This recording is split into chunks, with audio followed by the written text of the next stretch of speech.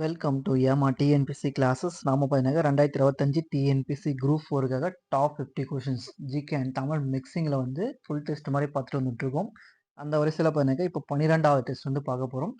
இதுக்கு முன்னாடி கொடுத்த 11வது கொஷின் வந்து ஒரு மிஸ்டேக் ஆகிட்டு இருக்கும்.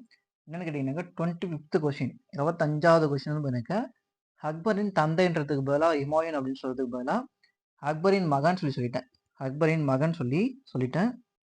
ஸோ அந்த கொஷின் வந்து தப்பு. 25வது கொஷின் வந்து தப்பு. ஸோ அதை வந்து என்னுடைய கேர்லெஸ் மிஸ்டேக் தான். சாரி. அதை வந்து சேஞ்ச் பண்ணிக்கோங்க. யாராச்சும் நோட் பண்ணி வச்சுருந்தீங்கன்னா அதை வந்து சேஞ்ச் பண்ணிக்கங்க. சரிங்களா? அக்பரின் மகன் வந்து பார்த்தீங்கன்னாக்கா அதாவது அக்பரின் தந்தை அப்படின்னு சொல்லி கேட்டுக்கணும். அக்பரின் தந்தை தான் வந்து பார்த்தீங்கன்னாக்கா ஹுமாயூன். அக்பரின் மகன் அப்படின்னு கேட்டாக்கா நம்ம ஜஹாங்கீர் இருக்கார் இல்லையா, அவருடைய இன்னொரு பேர் வந்து சலீம். அதை கொடுக்கலான்னு சொல்லி நான் மிக்ஸ் பண்ணிட்டு இருக்கேன். நான் வந்து கன்ஃபியூஸ் ஆகிட்டு இருக்கேன். ஸோ என்னுடைய கேர்லெஸ் மிஸ்டேக். அந்த ஒரு கொஷின் மட்டும் மாற்றிக்கிங்க. ஃபர்ஸ்ட் கொஷின், இந்த 12வது டெஸ்ட்ல ஃபர்ஸ்ட் கொஷின் பாருங்க. இலக்கண குறிப்பு தருக. செந்நெல். நெல் வந்து என்ன கலர்ல இருக்கு?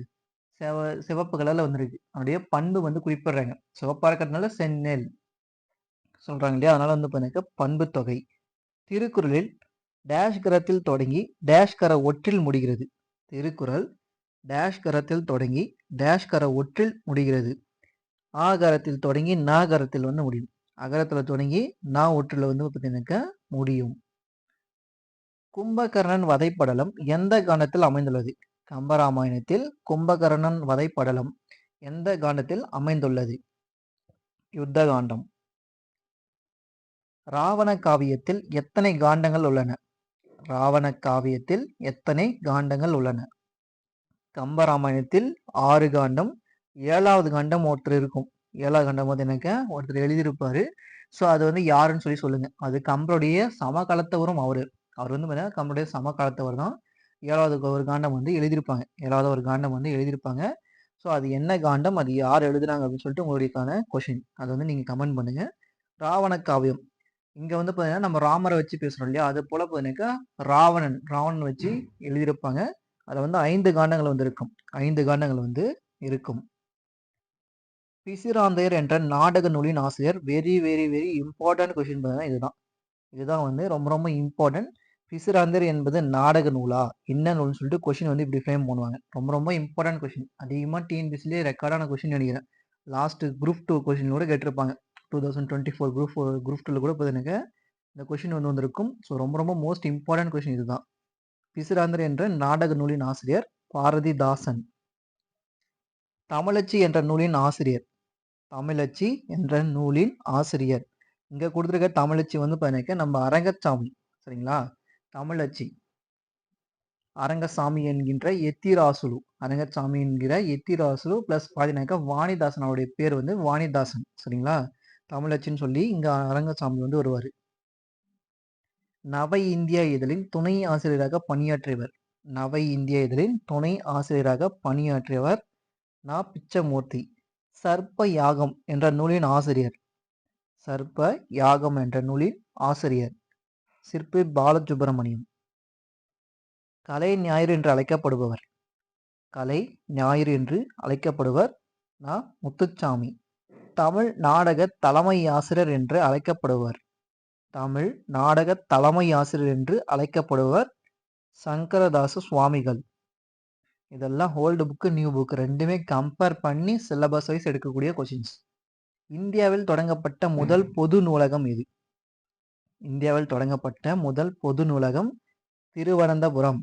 இதை வச்சு பார்த்தீங்கன்னா உங்களுக்கு கூற்று கணக்கில் 2 கொஸ்டின் எடுக்க முடியும். அதாவது ஒரே கொஸ்டினை கூற்று காரணத்தை வச்சு எடுக்க முடியும். இல்லைன்னா கூற்று 1 கூற்று 2 அப்படின்னு எடுக்கலாம். இந்தியாவில் தொடங்கப்பட்ட முதல் பொது நூலகம் திருவனந்தபுரம் நடுவண் நூலகம் சொல்லி கொடுக்கலாம். இல்லைன்னா திருவனந்தபுரம் நூலகம் சொல்லி கொடுத்துடலாம். இது திருவனந்தபுரத்தின் அரசால் உருவாக்கப்பட்டது அப்படின்னு சொல்லி கொடுக்கலாம். இது வந்து நடுவண் அரசு, அதாவது பார்த்தீங்கன்னா சென்ட்ரல் கவர்மெண்ட் வந்து ஓப்பன் பண்ணியிருக்கும். சரிங்களா? மாற்றி கூட கொஸ்டின் வந்து ஃப்ரேம் பண்ண முடியும். பொருள் தருக. ஏவல். ஏவல் என்பது தொண்டு. வெப்ப நாடான நமது நாட்டு சமையலுக்கு ஏற்ற அரிசி எது? இதுவும் ஓல்டு புக்ல இருக்கிறது தான். உங்களுக்கு புக்ல இருந்து தான் கொஸ்டின் எடுக்கிறத தவிர புக்கை தானே நான் வெளியில எங்கேயும் எடுக்கல. வெப்ப நாடான நமது நாட்டு சமையலுக்கு ஏற்ற அரிசி என்ன? புழுங்கல் அரிசி. வயிற்றுச்சுட்டை தணிப்பது எது? வயிற்றுச்சுட்டை இந்த பெண்கள்லாம் இது வந்து அதிகமாக யூஸ் பண்ணலாம். வயிற்றுச்சுட்டை தணிப்பதுக்கு சீரகம். ஈ என்ற ஓரெழுத்து ஒரு மொழியின் பொருள். ஈ என்ற ஓரெழுத்து ஒரு மொழியின் பொருள். கொடு. பொங்கல் உண்டான் என்பது எவ்வகை பெயர் வாக்கியம்? பொங்கல் உண்டான் என்பது எவ்வகை பெயர் வாக்கியம்? இது வந்து பாருங்க தொழிலாகு பெயர். பொங்கல் அப்படின்னு கேட்டாக்கா பொங்குதல். பொங்கல் என்பது பாருங்க பொங்குதலால் உருவான ஒரு சாப்பாடு. அது வந்து சாப்பிட்டுட்டு இருக்கான். அது வந்து தொழில் தானே. சாப்பிட்டுட்டு இருக்கேன் அப்படின்றது ஒரு தொழில் தானே. தொழிலாகு பெயர். இலக்கண குறிப்பு தருக. நனி நன்று. நனி நன்று. நனி சால தவ உரு எல்லாமே பார்த்தீங்கன்னாக்கா உரிச்சொல் தொடர். பொன்னோடு வந்து கரியோடு பெயரும் என்ற வரிகள் இடம்பெற்றுள்ள நூல். இந்த மாதிரி இதெல்லாம் எனக்கு அகநானூறு தான் இருக்கும். அகநானூறுனா என்ன? வீட்டுக்குள்ள அந்த வரவங்களை விருந்தோம்பல் வச்சு அனுப்புறாங்க இல்லையா, அதுதான் வந்து கொடுக்கக்கூடியதுதான் அகநானூறு. புறநானூறுனா வெளியில இருக்கக்கூடிய போர் சண்டை, அதுக்கப்புறம் பார்த்தீங்கன்னாக்கா வீரம், அவங்களுக்கு கொடுக்கக்கூடிய கல்வி, அது கொடை, அதெல்லாம் வந்து இருக்கக்கூடியதுதான் புறநானூறு. அகம் அப்படின்னாலே வரவங்களுக்கு அந்த விருந்தோம்பல் பண்பு இருக்கிறது தான் மெயினா இருக்கும். ஸோ அதை வச்சு சொல்லிடலாம். பொன்னோடு வந்து கரியோடு பெயரும், வீட்டுக்கு வரவங்கள அவ்வளவு உபசரிச்சு அனுப்புறாங்கன்னாக்க அது வந்து அகநானூறு. செம்புல பெயர் நீர் போல. செம்புல பெயர் நீர் போல என்ற வரிகள் இடம்பெற்றுள்ள நூல் எது? குறுந்தொகை. வள்ளுவனை பெற்றதால் பெற்றதே புகழ் வையகம் என்று கூறியவர் யார்? வள்ளுவனை பெற்றதால் பெற்றதே இந்த புகழ் வையகம் என்று கூறியவர் யார்? பாரதிதாசன். சிந்துவெளியின் பகுதியான காளிபங்கன் எந்த நதிக்கரையோரம் அமைந்துள்ளது?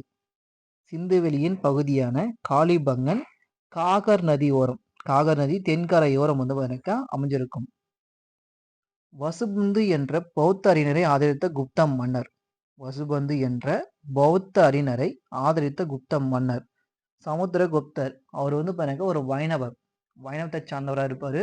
இருந்தாலும் பௌத்த சமயத்தை சேர்ந்த வசுபந்து என்றதை வந்து ஆதரிச்சிருப்பாரு. பாண்டிய மன்னன் ஸ்ரீமார ஸ்ரீ வல்லபனின் ஆட்சி காலத்தில் வாழ்ந்த ஆழ்வார் யார்? பாண்டிய மன்னன் ஸ்ரீமார ஸ்ரீ வல்லபனின் ஆட்சி காலத்தில் வாழ்ந்த ஆழ்வார் பெரியாழ்வார்.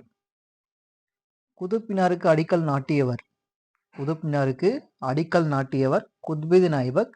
ஆனா அவர் வந்து ஃபினிஷ் பண்ணல, டெத் ஆயிட்டு இருப்பாரு. அதை கம்ப்ளீட் பண்ணது யாருன்னு கேட்டாக்கா இல்துத்மிஷ். முகலாயர் ஆட்சி யார் காலத்தில் உருவானது?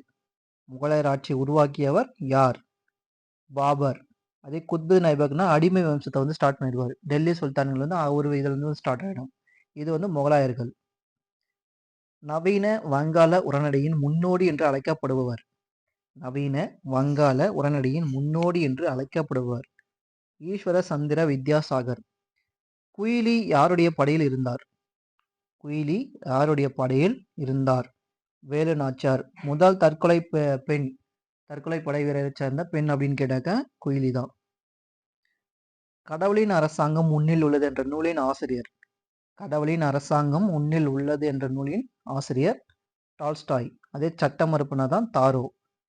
டி முத்துச்சாமி அவர்கள் சென்னை உயர்நீதிமன்றத்தின் முதல் இந்திய நீதிபதியாக நியமிக்கப்பட்ட ஆண்டு. சென்னை உயர்நீதிமன்றத்தின் நீதிபதியாக நியமிக்கப்பட்ட ஆண்டு 1877. நீதி கட்சியின் முதலாவது முதலமைச்சர் யார்? அது மட்டும் இல்லாம தமிழ்நாட்டின் முதல் முதலமைச்சரும் இவரே. யார் அப்படின்னாக்கா சுப்பராயலு ரெட்டி. சுப்பராயலு ரெட்டி. ஸோ இவருக்கு அப்புறம் பார்த்தீங்கன்னாக்கா பனகல் ராஜா வந்து வருவார். பனகல் ராஜா வந்து வருவார். நீதி கட்சி ஸ்டார்ட் பண்ணி இவங்க வந்து எலெக்ஷன் நிற்கிறாங்க இல்லையா, 20 வந்து எலெக்ஷன் நடக்கும். 20 வராரு. அதுக்கப்புறம் 26 வரையும் இருப்பாங்க. 26 வரையும் இருப்பாங்க. 26ல ஒரு எலெக்ஷன் நடக்கும்.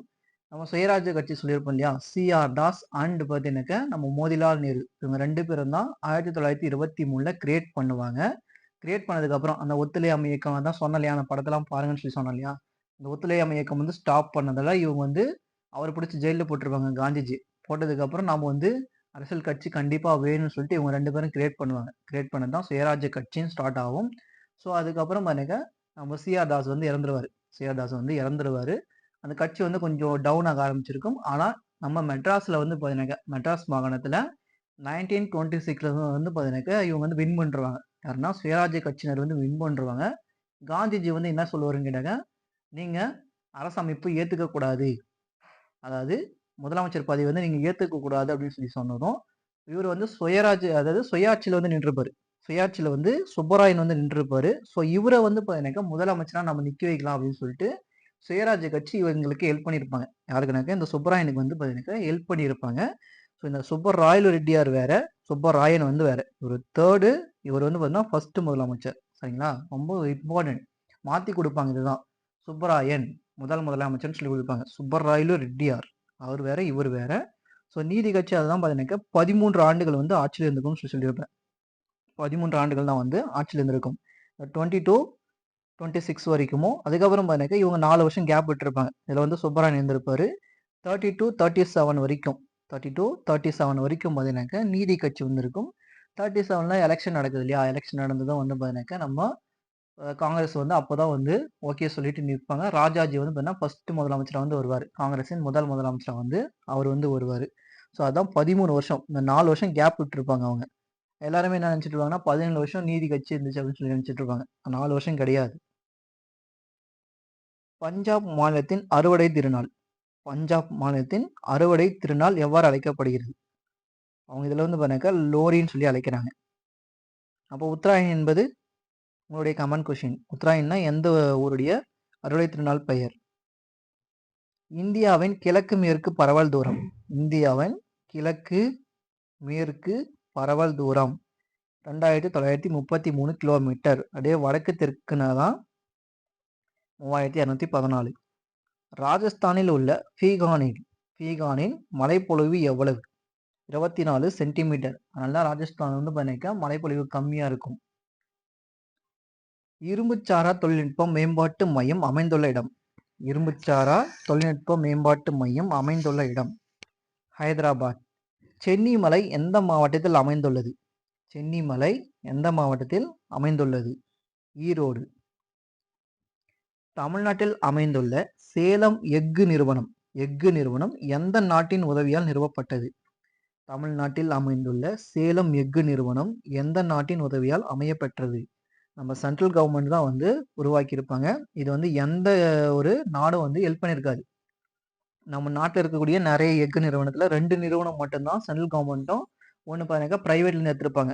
ஒன்று வந்து பார்த்தீங்கன்னா இதுதான் சேலம் வந்து சென்ட்ரல் கவர்மெண்ட், மீதி எல்லாமே பார்த்தீங்கன்னா வெளிநாட்டு உதவியால் வந்து உருவாக்கியிருப்பாங்க. 2வது ஐந்தாண்டு திட்ட காலம். 2வது ஐந்தாண்டு திட்ட காலம் 56 to 61. 51 to 56 வந்து ஃபர்ஸ்ட் ஐந்தாண்டு திட்டம்.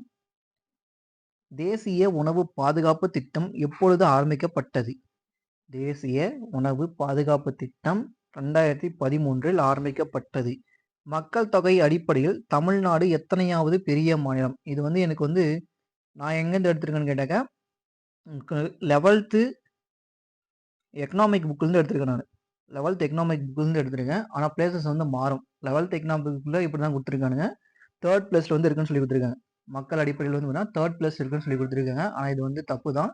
ஆனால் 11th எக்கனாமிக் புக்கில் இப்படி தான் இருக்கும். நமக்கு எக்கனாமிக்கும் இம்பார்ட்டன்ட் இல்லையா? எக்கனாமி வந்து உங்களுக்கு அதிகமாக +1+ல தான் அதிகமாக இருக்கும். 10thலலாம் ரொம்ப கம்மி. ஸோ அது வரைக்கும் பார்த்தீங்கன்னா மாய்நாடு திட்டமெல்லாம் பார்த்தீங்கன்னாக்கா உங்களுக்கு +1 புக்கில் தான் இருக்கும். ஸோ அங்கேருந்து தான் நிறைய எடுத்திருக்கேன். அதான் எக்கனாமிக்கை பொறுத்த வரைக்கும் நான் +1+ தான் அதிகமாக எடுக்கிறேன். பணம் எதை செய்கிறதோ அதுவே பணம் என்று கூறியவர். இதெல்லாம் கூட 11th எக்கனாமிக் தான். வாக்கர். கட்டாய வேலை மற்றும் கொத்தடிமை தடுத்தல் பற்றி கூறும் சட்டப்பிரிவு. கட்டாய வேலை மற்றும் கொத்தடிமை தடுத்தல் பற்றி கூறும் சட்டப்பிரிவு 23. நடுவண் அரசின் நிர்வாக நடவடிக்கை குடியரசுத் தலைவரின் பெயரிலே நடக்க வேண்டும் என்று கூறும் சட்டப்பிரிவு. நடுவண் அரசின் நிர்வாகம் அனைத்தும் குடியரசுத் தலைவரின் பெயரிலே நடக்க வேண்டும் என்று கூறும் சட்டப்பிரிவு 77. ஒரு ஆளுநர் ஒன்று அல்லது அதற்கு மேற்பட்ட மாநிலங்கள் ஆளுநராக நியமிக்கப்படும் பொழுது ஆளுநரின் ஊதியம் சம்பந்தப்பட்ட இரு மாநிலமோ அல்லது அவர் இருக்கக்கூடிய மாநிலங்கள் பகிர்ந்து அளிக்க வேண்டும் என்று கூறும் சட்டப்பிரிவு எது? ஒரு ஆளுநரை வந்து பார்த்தீங்கன்னாக்கா இது கூற்றுக்காரர்கள் வச்சு கேட்கலாம். ஒரு ஆளுநர் ஒரு மாநிலத்துக்கு தான் இருப்பாரான்னு சொல்லி கேட்டால் கிடையாது. நம்ம தமிழிசை வந்து பார்த்தீங்கன்னாக்கா ஒரு எக்ஸாம்பிள். அவங்க வந்து பார்த்தீங்கன்னாக்கா தெலுங்கானாவுடைய இதுலையும் இருப்பாங்க. ப்ளஸ் பாண்டிச்சேரிலையும் வந்து பார்த்தீங்கன்னாக்கா துணை ஆளுநராக வந்து இருந்தாங்க இல்லையா? ஸோ இது வந்து இம்பார்ட்டன்ட். அவங்க வந்து பார்த்தீங்கன்னாக்கா ஒரு ஸ்டேட் மட்டும் இல்லை, ஒன்றுக்கு மேற்பட்ட ஸ்டேட்டில் வந்து பார்த்தீங்கன்னா ஆளுநரை வந்து பதவி வகிக்க முடியும். அது ஒரு கொஸ்டினாக கேட்பாங்க. அதனால ஞாபகம் வச்சுங்க. அது ஒரு கொஸ்டினாக கூட ஃப்ரேம் பண்ணுவாங்க. அது கூறும் சட்டப்பிரிவு 158 3 கேபிட்டல் ஏ. இங்கே வந்து நான் ஃபாண்ட் சைஸ் மாற்றதுனால எனக்கு வந்து ஸ்மால் ஏ மாதிரி இருக்கு. 3 கேபிட்டல் ஏ வந்து வரும். நமது அரசமைப்பில் உள்ள துணை குடியரசுத் தலைவரின் பதவி நீக்கம் எந்த நாட்டிலிருந்து பெறப்பட்டது? குடியரசுத் தலைவரின் பதவி நீக்கம், துணை குடியரசுத் தலைவரின் பதவி நீக்கம், உயர்நீதிமன்றத்தின் பதவி நீக்கம், உயர்நீதிமன்ற நீதிபதியின் பதவி நீக்கம், உச்சநீதிமன்ற நீதிபதியின் பதவி நீக்கம். இவங்க 4 பேருமே பெரிய பெரிய ஆளுங்க இல்லையா? இவங்க 4 பேருடைய பதவி நீக்கமும் பார்த்தீங்கன்னாக்கா, நமக்கு அமெரிக்காலருந்து எடுத்திருப்பாங்க. நடுவண் அரசின் மழைக்கால கூட்டத்தொடர் எப்பொழுது? நடுவண் அரசின் மழைக்கால கூட்டத்தொடர் வந்து பார்த்தீங்கன்னாக்கா, July to August. July to August. அவங்களுக்கு வந்து பார்த்தீங்கன்னாக்கா, தென்மேற்கு பருவக்காற்று. நமக்கு இப்ப இருக்கக்கூடியது பார்த்தீங்கன்னாக்கா, வடகிழக்கு பருவக்காற்று. சிரிப்பூட்டும் வாயுவின் வேதிப்பெயர். சிரிப்பூட்டும் வாயுவின் வேதிப்பெயர் நைட்ரஸ் ஆக்சைடு. கோகினூர் வைரத்தின் எடை. கோகினூர் வைரத்தின் எடை 106 கேரட். பூஞ்சைகள் பற்றிய படிப்பு. பூஞ்சைகள் பற்றிய படிப்பு மைக்காலஜி. வேக்சினேஷன் என்ற சொல்லை பயன்படுத்தியவர். வேக்சினேஷன் என்ற சொல்லை பயன்படுத்தியவர் எட்வர்ட் ஜென்னர். பெரிய மைக்கு தடுப்பூசி கண்டுபிடிச்சவரும் அவரே தான். தசை சோர்வு எந்த தாது குறைபாட்டால் ஏற்படுகிறது? தசை சோர்வு. அதே தசை பிடிப்புனா தான் சோடியம். தசை பிடிப்புனா சோடியம். தசை சோர்வு அப்படின்னாக்கா பொட்டாசியம். பொட்டாசியம்னாக்கா சோர்வு. ஸோ இது வந்து உங்களுக்கு வந்து நோய்கள் பற்றி கொடுத்துருக்காங்க இல்லையா? சயின்ஸ் சிலபஸ் வந்து இதான் கொடுத்துருப்பாங்க. இதை வந்து ட்விஸ்டடாக வந்து கொஷின் கேட்கலாம். ஸோ 50 கொஷின் முடிஞ்சது. ஸோ முன்ன கொஷின்லாம் இந்த 25வது கொஷின் மட்டும் மாற்றிங்க. அது மட்டும் தப்பாக இருக்கும். அது என்னுடைய கவனக்குறைவு தான். ஸோ தேங்க்யூ ஃபார் வாட்சிங். தேங்க்யூ.